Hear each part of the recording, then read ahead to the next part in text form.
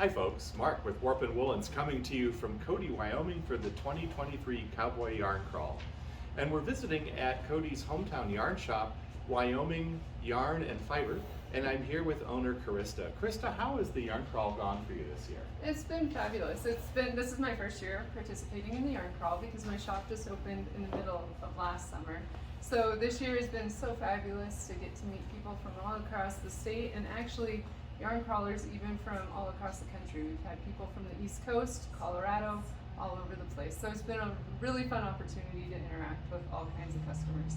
Wonderful. So for folks that are coming to your shop for the first time, what would you like them to know about your shop? So my shop is a comprehensive craft store. We carry everything for knitters, crocheters, weavers, spinners, across all different categories. We have cross stitch and embroidery available. Lots of different products here in the shop. So there's just a wide variety. We don't have a lot of other large craft stores nearby. So I try to cover lots of different areas of craft. Cool. So for folks that are in the Cody area, or by the way, if you're going to that large national park just to the west of us here, be sure to stop off and visit Krista here on your way out to the park. I understand that you're a dyer and that you also have local artisans represented here at the shop. Tell me about that. Yes, absolutely. So I also dye for Sweet Mountain Crafts, which is an indie dyeing business that dyes not only yarn but also fibers and cinch cord for horse tack weavers. So I also carry cinch cord here in my shop at Wyoming Yarn and Fiber, but then also in an online space at sweetmountaincrafts.com. I also represent and like to have other artisans from around Wyoming represented in my shop, with Naughty Pine Fiber Co., Running on Yarn out of Casper, and then I also have local makers, so local bag makers and basket makers and various people that like to bring in their items to sell that lots of times are related to knitting or crochet in some fashion, but just blend well with my shop products. Yes. You know, I heard mention of a couple crafts I'm not familiar with, like horse tack. What crafts are represented here? What supplies would you have for different crafts? Sure. So for horse tack weavers specifically, they lots of times will weave cinches and breast collars and head stalls. And so for that, I use a 100% mohair cord, either 8-ply or 2-ply.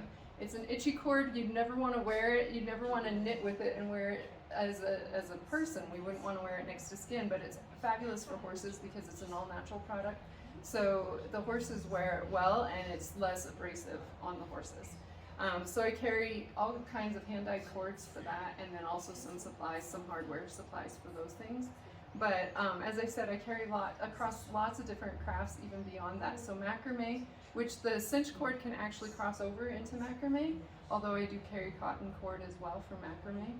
And then, yeah, all kinds of things. I even actually am working on a section for fly tying enthusiasts, because it's amazing how many fly tyers actually use yarn as bodies for their bugs as they're tying their flies.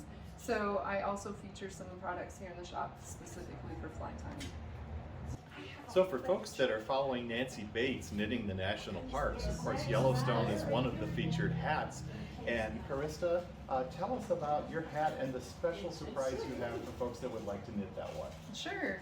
So Nancy did a fabulous job designing the hats for knitting the national parks, and she of course featured Yellowstone, which is the park right outside our back door, just here to the east, or to the west of Cody, excuse me.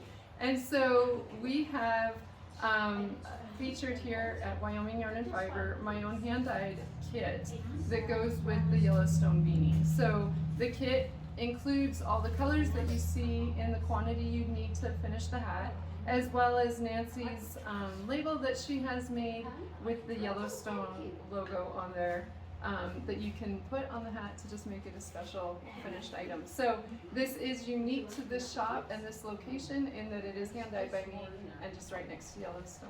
And what a treasure for folks that are craft people that are also visiting Yellowstone to be able to knit this beautiful hat with this special limited edition locally dyed yarn. It'll be a memoir of your trip forever.